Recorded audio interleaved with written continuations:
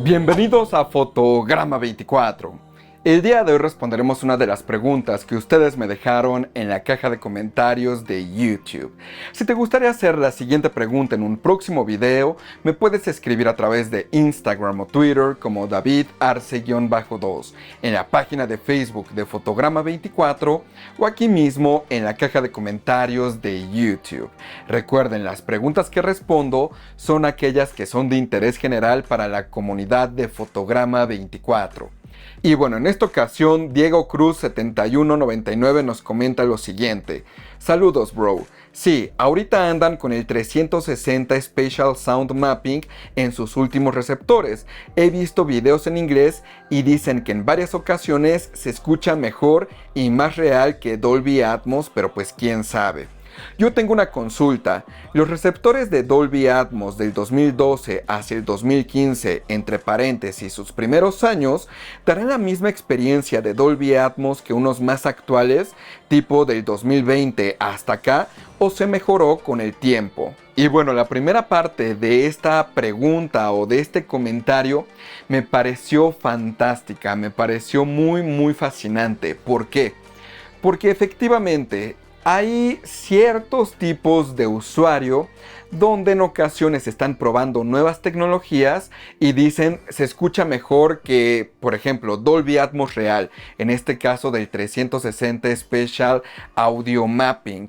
Para aquellos que no sepan qué es esta tecnología, Sony lo que dice es que tú puedes poner tus bocinas en posiciones menos que ideales de tu cine en casa y a través de un mapeo tridimensional logrado con su micrófono que es estéreo, vas a obtener las posiciones correctas de Dolby Atmos y en algunas ocasiones, porque yo también lo he escuchado, dicen que es todavía mejor que tener las bocinas en las posiciones reales, en las posiciones correctas y que te ofrece mejor calidad de audio. La realidad es que esto es totalmente falso.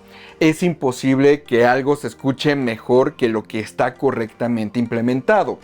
Ahora, yo no creo que estos creadores de contenido o estos usuarios estén haciéndolo con tal de engañar a la gente, que hayan hecho un trato con la empresa, con Sony, para decir que era mejor que un sistema Dolby Atmos real, ni nada por ese estilo. Pero pues entonces, ¿qué hay detrás de todo esto? Y es que la gente normal, es más, hasta gente que es muy dedicada a esto del audio, muchas veces confunde diferente con mejor. Algo que pasó al inicio de Dolby Atmos es que eran muy comunes las bocinas que apuntaban hacia el techo. Le llamaban bocinas certificadas Dolby Atmos. Y las primeras veces que la gente las utilizó decían, wow, es que se escucha mucho mejor que las bocinas en el techo. La forma correcta de utilizar Dolby Atmos es con bocinas que apuntan hacia el techo y reflejan al oyente. Es que Dolby Atmos te brinda una experiencia más inmersiva con bocinas que apuntan hacia el techo. Y este tipo de declaraciones se mantuvieron por bastante tiempo. Y la gente se iba con la idea de que esto era mejor que un Dolby Atmos con bocinas físicas en las posiciones correctas. Y bueno, ¿qué fue lo que pasó?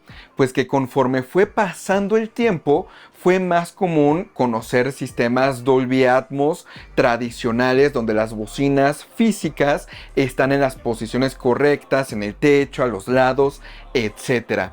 Y entonces cuando la gente escuchaba estos sistemas, de primera instancia decían, no, las bocinas que rebotan en el techo me dan una sensación mucho más de ambiente, escucho como que estoy en una burbuja.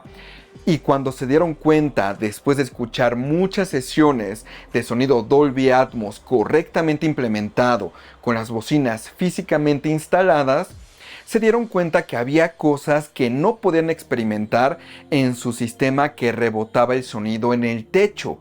¿Por qué? Porque precisamente estas bocinas que estaban apuntando hacia el techo, la idea es que te dieran una sensación realzada de Dolby Atmos porque estaban compensando por algunas carencias.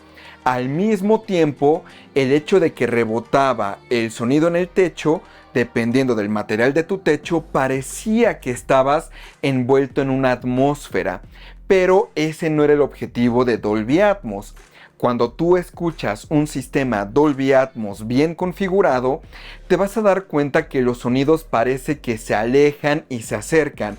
Hay una escena en Shadow, una película china, si mal no recuerdo, donde pasa una espada por en medio de la sala y con sonido Dolby Atmos sientes como la espada en cuestión de audio está atravesando la escena, está atravesando la habitación.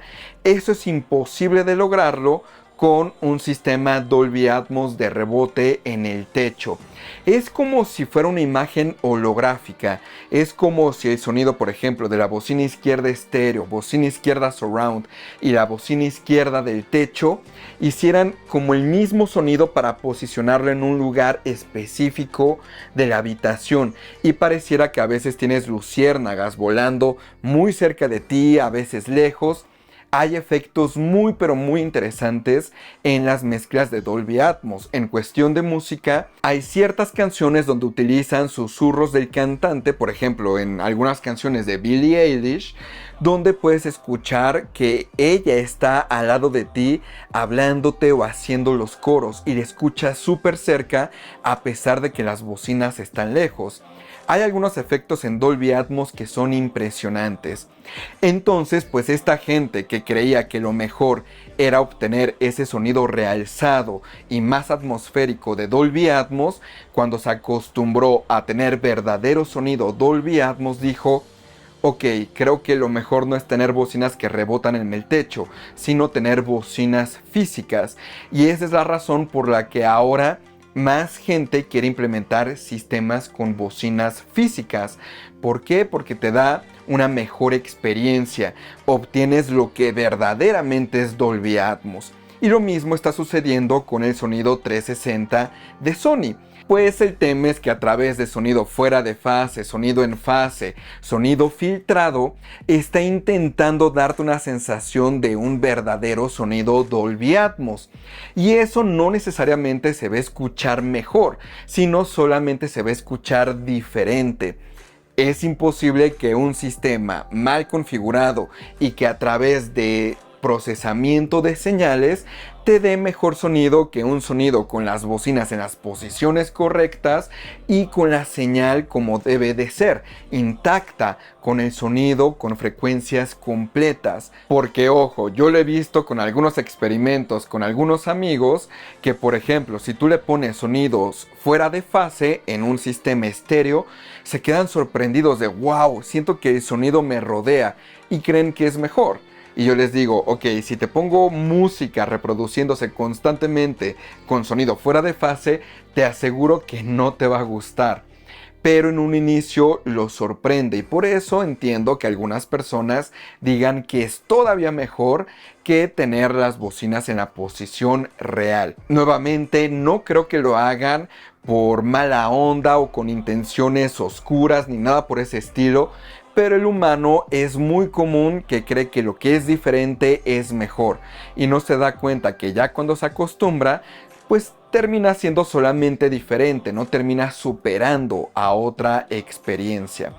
Entonces eso es muy importante de tomar en cuenta, y esa es una de las razones por las que normalmente hay muchas innovaciones, o lo que le llamamos novedades o los gimmicks, que mucha gente cuando las experimenta por primera vez dice es 1000% mejor, y ya conforme va pasando el tiempo dice bueno, no era tan bueno, solamente pues escuchaba diferente o se veía diferente, etc.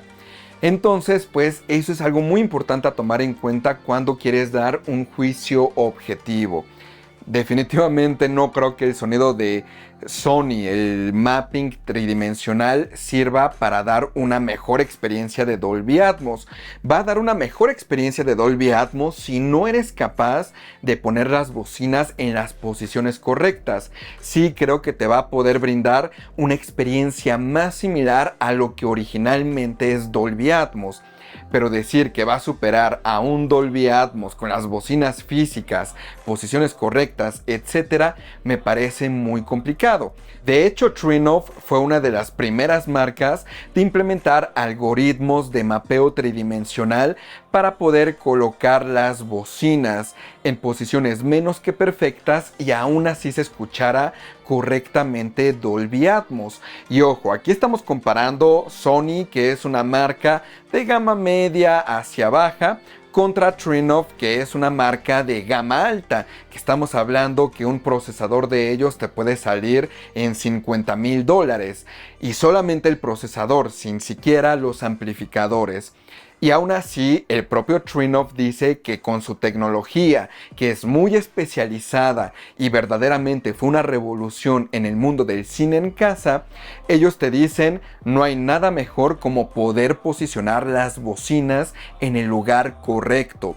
Este tipo de algoritmos de mapeo tridimensional solamente están diseñados para compensar si no tienes una experiencia perfecta, pero si tú tienes la posibilidad de poner las bocinas en los lugares correctos, no actives el mapeo tridimensional. Es mucho mejor que te mantengas normalito. Y ahora que algunos salgan a decir que el mapeo tridimensional es mucho mejor que las posiciones correctas, pues es un tanto incongruente. Y ahora pasamos a la segunda parte de la pregunta, que tiene que ver con los equipos con Dolby Atmos. Los equipos con Dolby Atmos que salieron durante el lanzamiento de Dolby Atmos han tenido diferencias con los equipos mucho más modernos con Dolby Atmos, y la respuesta es sí. Primero, hay que hacer un recordatorio de cuándo salió Dolby Atmos. Dolby Atmos fue lanzado en 2012. En 2012, la primera película que tuvo una mezcla con Dolby Atmos para cine fue Brave, de Disney. Sí, la chica pelirroja, esta que tiene los rulos. Bueno, esa fue la primera película con Dolby Atmos. Según recuerdo, su premier fue en el Dolby Theater. Y por eso ese cine específicamente tenía, digamos que Dolby Atmos a la máxima capacidad. Todas las bocinas que puedes tener en el techo con Dolby Atmos, ese cine las tenía, igualmente las bocinas Surround. Y dicen que la experiencia fue impactante. Ahora, en el mundo del cine en casa, Dolby Atmos comenzó a masificarse ya por ahí de 2014. En 2014 ya comenzábamos a tener estos discos de demostración de Dolby Atmos. Y pues la realidad es que sí terminaban siendo sorprendentes. Pero nuevamente, eran las primeras veces que escuchábamos Dolby Atmos. Y vamos a la primera parte de la pregunta. En un inicio, lo diferente parece mejor. Ahora que escucho algunas mezclas de esos demos de Dolby Atmos, sí digo, estaban exagerando un poquito el sonido en la parte de arriba. Se necesita algo mucho más discreto, pero bueno, hay gente que hasta la fecha lo que quiere es que las bocinas del techo se utilicen todo el tiempo. Yo la verdad me gusta que se utilice cuando es necesario y cuando no se mantenga como un sonido ambiental. Lo mismo me pasa con el HDR. A mí no me gusta el HDR donde todo es brilloso todo el tiempo. A mí me gusta cuando el HDR se ve a un brillo tradicional toda la película, y por ciertos momentos hay luces mucho más altas que te generan impacto. Ese tipo de sorpresa a mí me gusta. A mí tampoco me gusta, por ejemplo, que una película tenga todo el volumen plano y que se escuche fuerte todo el tiempo, los diálogos, un alfiler, los balazos, todo al mismo volumen y a un volumen alto. Eso a mí no me gusta. A mí me gusta que las conversaciones se escuchen a un volumen normal y cuando haya una explosión se escuche fuerte. Cuando haya un alfiler se escuche muy bajito. Cuando haya un sonido de radio o a través de un teléfono se escuche bajito. Y ese tipo de rango dinámico a mí es lo que me gusta. Yo siento que cuando todo lo tienes a tope, termina perdiendo lo que lo hace especial. Entonces yo no soy fanático de eso. El tener esa capacidad de diferenciar lo que es normal con lo que es sorprendente, hace a lo sorprendente sorprendente. Si todo se vuelve sumamente sorprendente todo el tiempo, te cansa y se vuelve aburrido, deja de ser especial. Es como cuando tienes una pareja, si tú le das un regalo, no sé, del San Valentín, del 14 de febrero, y cuando cumples aniversario o de pronto se te ocurre un día aleatoriamente darle un regalo a tu novia, pues esa persona va a recibir el regalo como una sorpresa, va a decir, ¡ay, qué bonito! Pero si tú le das un regalo cada semana o todos los días regresando del trabajo, de la escuela, etcétera, pues esos regalos dejan de ser especiales y se vuelven normales. Yo creo que lo mejor es que a veces haya sonidos en el techo y a veces no. No es obligatorio. Pero ahora, ¿cuáles son las diferencias entre receptores mucho más viejitos y los receptores mucho más actuales? La mayor diferencia tiene que ver con los modos de procesamiento. Digamos que las versiones de Dolby se basan en tres cosas. La primera se basa en los up mixers. La segunda se basa en los algoritmos, tanto de normalización de volumen como de realce de voces, etc. Y la tercera tiene que ver con la decodificación del sonido. Entonces, con la primera parte sí ha habido muchas modificaciones en cuestión de los receptores con Dolby Atmos o en general con la marca de Dolby. En cuestión de los up mixers, en un inicio pues teníamos up mixers que simplemente eran Dolby Pro Logic, Dolby Pro Logic 2C, etc. Posteriormente se decidió que el nuevo up mixer se iba a llamar Dolby Surround, como yéndose al origen. Entonces los nuevos up mixers de Dolby son Dolby Surround. El problema es que actualmente la versión más reciente de este up mixer Dolby Surround, en cuestión de música, para aquellos que les gusta convertir la música estéreo en música surround, el tema es que puede terminar colapsando las voces en la bocina central, lo cual es incorrecto en una mezcla de música. En una mezcla de música estéreo, las voces tienen que venir un poco también de las bocinas estéreo. Entonces van a encontrar receptores que cuando ustedes eligen las opciones de audio, no les va a permitir hacer la separación de la voz en las dos bocinas estéreo. Esa opción originalmente en los receptores más antiguos se llamaba Center Spread, que significaba que la bocina central se iba a esparcir hacia las dos bocinas estéreo. Pero ahora también los algoritmos actuales de Dolby Surround son mejores, digamos que crean un ambiente mucho más consistente.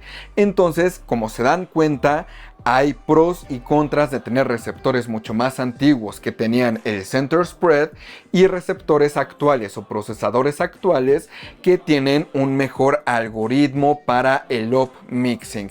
Ese es el primer cambio.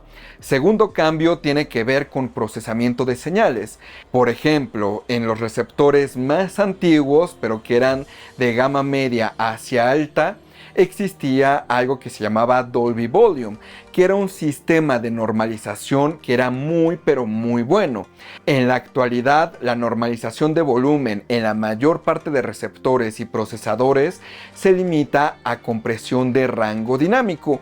Y la verdad es que sí es bastante mediocre. Tienes nivel bajo, medio y alto. Pero también con los nuevos receptores viene, digamos, una mejora, como por ejemplo bocinas virtuales de Dolby Atmos. Antes solamente existía Dolby Atmos con bocinas que apuntaban hacia el techo, bocinas Dolby Atmos físicas. Posteriormente se implementaron las bocinas de altura, pero ahora también tenemos bocinas virtuales que a través de manipulación de señales, funciones de transferencia, sonido en fase, fuera de fase, etc., se crea la ilusión de que hay bocinas en el techo con las bocinas normales 5.1 o 7.1. Ahora esto solamente es procesamiento de señales, entonces pues es algo bueno para aquellos que no quieran poner bocinas en el techo o gastar en bocinas que apuntan hacia el techo, pero al mismo tiempo es malo porque pues ya no tienen Dolby Volume. Entonces hay una serie de modificaciones en los algoritmos de Dolby en las distintas implementaciones de receptores. Y luego pasamos a Dolby Atmos. Ahora, Dolby Atmos sí ha cambiado de cierta manera, sí hay modificaciones, pero en cuestión de la decodificación de Dolby Atmos, yo diría que es lo que menos sufre en cuestión de las actualizaciones. Yo en lo particular no me doy cuenta, aunque sí sé que hay modificaciones dentro de cada versión de Dolby Atmos. Yo no encuentro una diferencia entre los algoritmos. Supongo que tiene que ver más con los estándares que se manejan, con el volumen, por ejemplo, etc. Pero yo no me preocuparía porque tengas un receptor de 2012 7.1.4 a uno de 2024 7.1.4. La única diferencia, o por lo que valdría la pena cambiar esos receptores, es por un mejor sistema de calibración, los algoritmos que les digo de tal vez Dolby Volume que antes existía, ahora hay algunos receptores que todavía lo manejan pero ya son los menos, el center spread, si para ti es importante o no lo es, las bocinas virtuales de Dolby Atmos, etc. Esas serían razones por las cuales quisieras actualizar de una versión Dolby Atmos antigua a una versión Dolby Atmos actual, aunque en realidad tiene que ver más con una actualización de toda la plataforma de Dolby. Pero bueno, pues espero con esto haber respondido tu pregunta. Recuerden que me pueden escribir a través de Instagram o Twitter como David Arce-2, en la página de Facebook de Fotograma 24 o aquí mismo en la caja de comentarios de YouTube. Soy David Arce y nos vemos la próxima.